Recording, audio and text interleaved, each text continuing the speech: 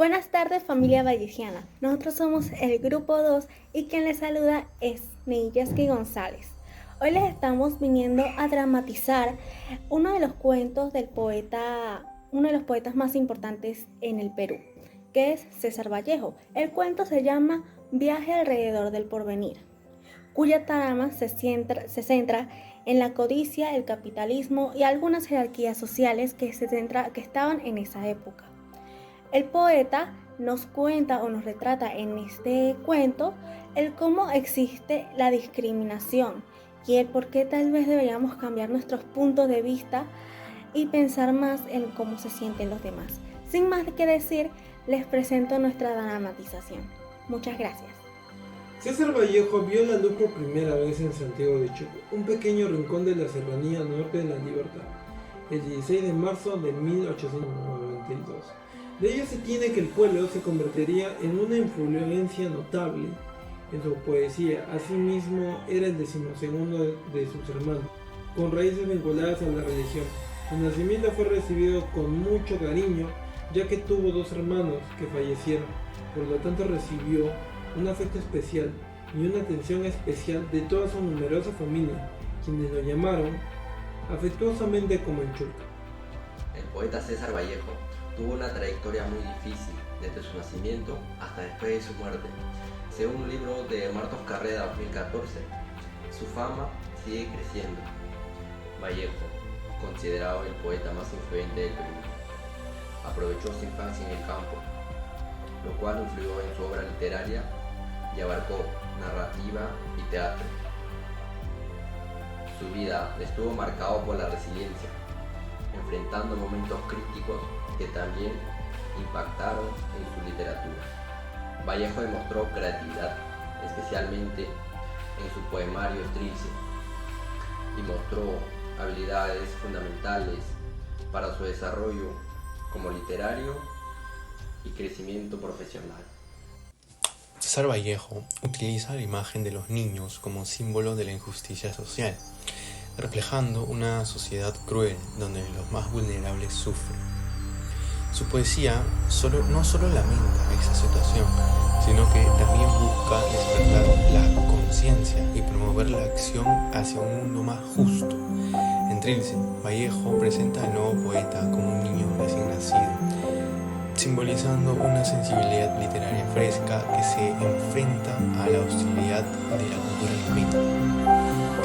Este niño desafía las normas sociales y revela el absurdo de la sociedad con un comportamiento extravagante. La crítica ha señalado que Trilce, el narrador, adopta la juventud como un momento de explorando profundamente la identidad y el lenguaje.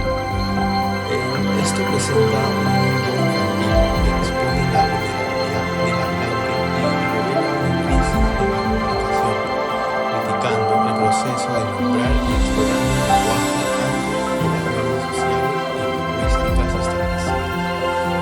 Bien, este enfoque se asemeja a la técnica de la Burrell, que describe el lenguaje infantil como una forma de comunicación que desarrolla las informaciones sintácticas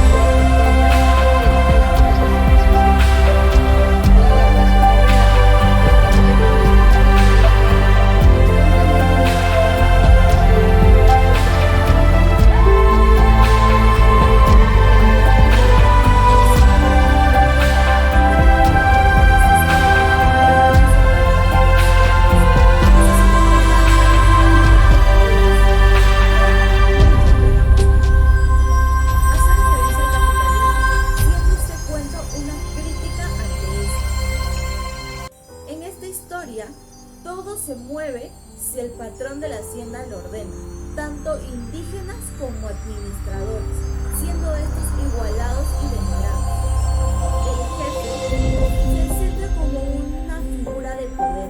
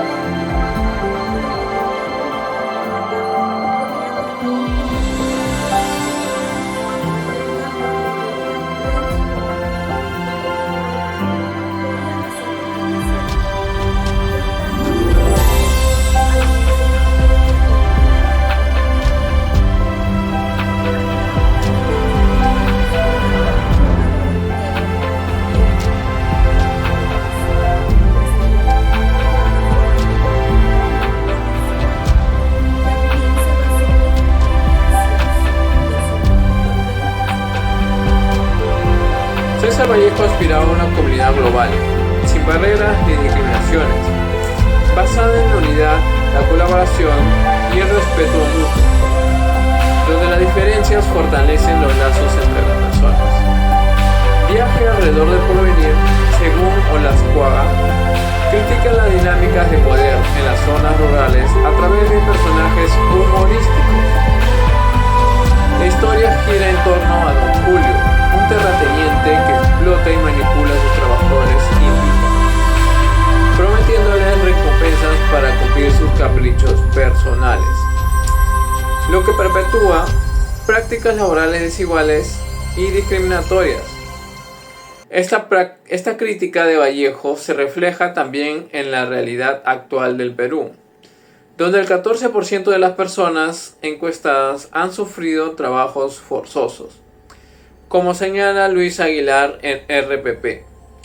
Vallejo denunciaba las injusticias sociales y defendía los derechos humanos, evidenciando su compromiso en su activismo político y literario.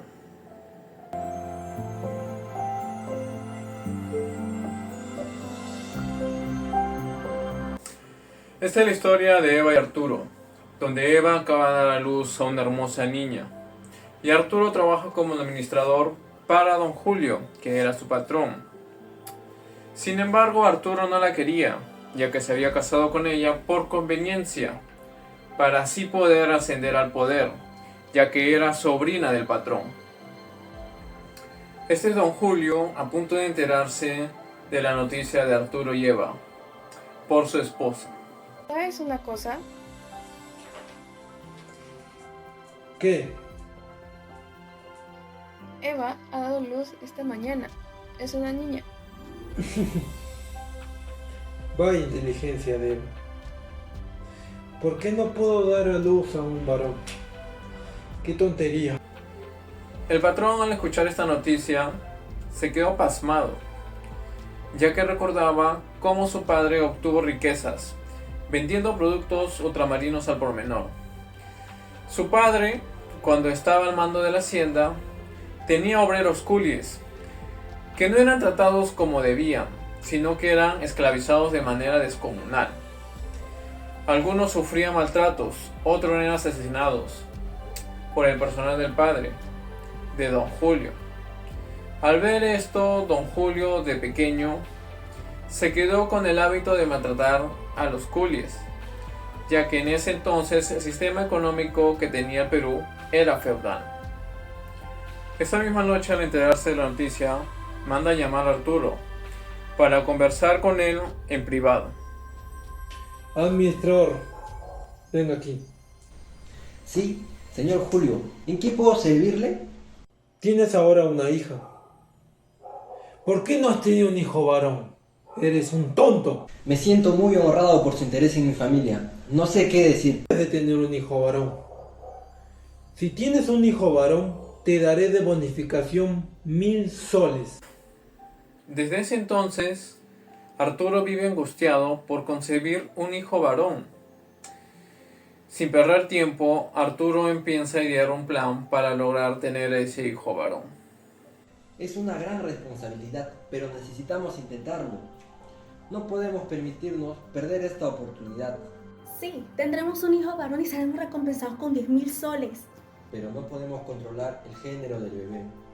¿Qué haremos si nace otra niña? No te preocupes, esta vez sí va a ser un niño. Tenemos que concentrarnos en ello y en las recompensas que nos darán por él. Desde ese mismo momento, ninguno de los dos podía conciliar el sueño, ya que estaban comprometidos con cumplir la promesa que les hizo Don Julio, para obtener todas las comodidades que la pareja anhelaba. A pesar de todos los sacrificios, pasaron 7 meses, lamentablemente tuvieron otra hija mujer.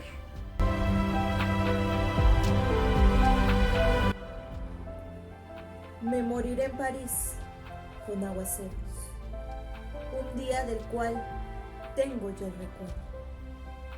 Me moriré en París y no me acuerdo. Tal vez un jueves, como lo es hoy de otoño. Jueves será, porque hoy jueves que proso estos versos, los húmeros me he puesto a la mano. Y jamás, como hoy, me he vuelto con todo mi camino a verme solo. César Vallejo ha muerto. Le pegaban todos sin que él les haga nada. Le daban duro con un palo y duro también con una soga. Eran testigos los días jueves y los huesos húmedos. La soledad, la lluvia, los caminos. Piedra negra sobre piedra blanca de César Vallejo. Este poema nos habla de cómo la muerte se sobrepone a la vida y podemos apreciar esto en su título. La piedra negra representa la muerte y la piedra blanca representa a la vida. En su primera estrofa podemos ver cómo el poeta anuncia su muerte con la frase "me moriré en París". Dice que será un jueves de otoño, donde el día jueves nos hace suponer que es una fecha importante para el poeta. Y la estación nos da a entender que son los últimos días de su vida. En la segunda estrofa, el poeta nos dice las razones de su muerte. En la tercera estrofa, empieza a simbolizar el dolor que siente por todos los golpes que le daban. Vallejo se empieza a victimizar. Y finalizamos con la cuarta estrofa, en donde hace hincapié a todos los temas a tratar con anterioridad. Y termina con 3 puntos suspensivos, en el cual simboliza que el poeta no ha podido expresar lo que de verdad ha sentido. Gracias. ¿Crees que la actitud del patrón hacia los trabajadores refleja un sistema de opresión y de desigualdad en la hacienda? Yo pienso que la actitud del patrón hacia los trabajadores evidencia un sistema de explotación y desigualdad en la hacienda. También que su trato despectivo hacia los obreros y su falta de consideración por sus condiciones laborales muestran una mentalidad muy autoritaria y poco comunitaria.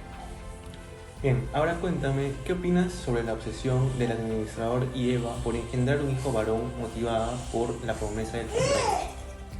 La obsesión del administrador Eva por engendrar un hijo varón, motivada por la promesa del patrón, revela la gran importancia desproporcionada que otorga el aspecto material y económico de la vida.